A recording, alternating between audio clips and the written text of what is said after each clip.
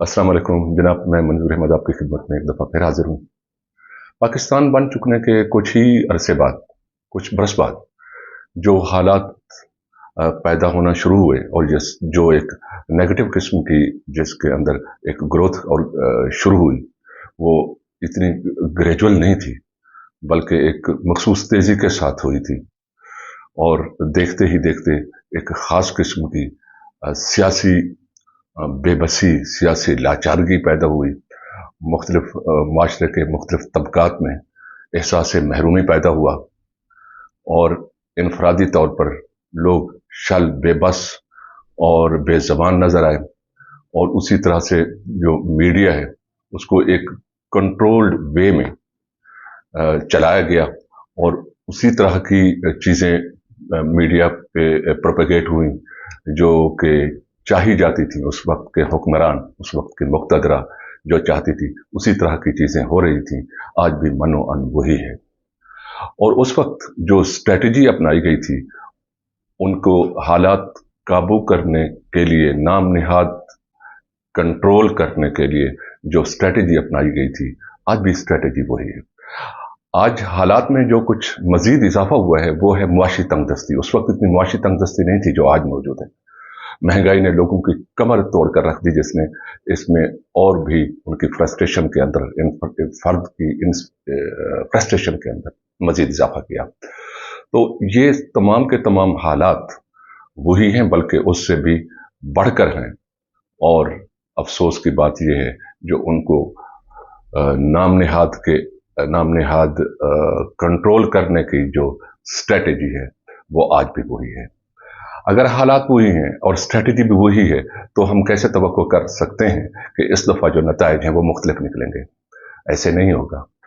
अब इसी ज़िमन में अतहर काज़मी, जो कि मैंने पिछली व्लॉग में आपको बताया था कि इंटरव्यू किया था अनवार उल हक काकड़ का, शायद उन्होंने इनको इसलिए सेलेक्ट किया कि उनके ख्याल के मुताबिक, और हमारे भी यही ख्याल है कि उनको बलूचिस्तान के मामलात में ज़्यादा समझ बूझ होगी, क्योंकि वो खुद बलूचिस्तान के नेटिव हैं और वहाँ पर रहे हैं, पले बढ़े हैं, परवरिश पाई है, तमाम हालात को समझते हैं, और इसलिए शायद उनको सेलेक्ट किया गया। और दूसरी वजह जाहिर है वो ये थी कि वो एक साबिक वज़ीर आज़म रहे हैं, तो उस दौर में क्या हुआ तो उनको इस इंटरव्यू के लिए सेलेक्ट किया गया। तो उन्होंने, अतर काज़मी ने फिर उनसे एक अगला सवाल किया जो बहुत जेन्युइन क्वेश्चन था। उन्होंने उनसे पूछा कि काकड़ साहब, आपका ख्याल ये नहीं है कि ये जो वायलेंस हो रही है उसकी वजह सिर्फ ये है कि बलूचिस्तान के अंदर जो जेन्युइन क़यादत है उसको आगे लाने के लिए कोई पॉलिटिकल स्पेस नहीं दी जाती, और उनको अगर वो अक्सरियत रखते हैं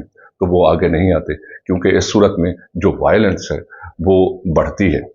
क्योंकि जब जेन्युइन क़यादत मौजूद होती है, जैसे उन्होंने कहा, अतर काज़मी के ये सवाल का ही हिस्सा था, जैसे पश्तून है तो पश्तून की क़यादत वहाँ पर मौजूद है, असम्बली में खड़े होकर के वो अपना गुबार निकालते रहते हैं। और इसी तरह से पंजाब की जो अक्सरियत है वो वहाँ पर मौजूद है, वो भी अपना जो उनके रिप्रेजेंटेटिव हैं, अगरचे तमाम के तमाम जेन्युइन नहीं हैं लेकिन कुछ जेन्युइन भी हैं जो कि निकालते रहते हैं अपना गुबार, तो वो वायलेंस वहाँ पर नहीं। तो उन्होंने कहा कि रुकें रुकें रुकें, आप मेरी बात समझने की कोशिश करें। आप चीज़ों को, जवाब में कहा गया काकड़ साहब ने कि चीज़ों को आप पोरली अंडरस्टैंड करते हैं, आप चीज़ों को समझ नहीं रहे।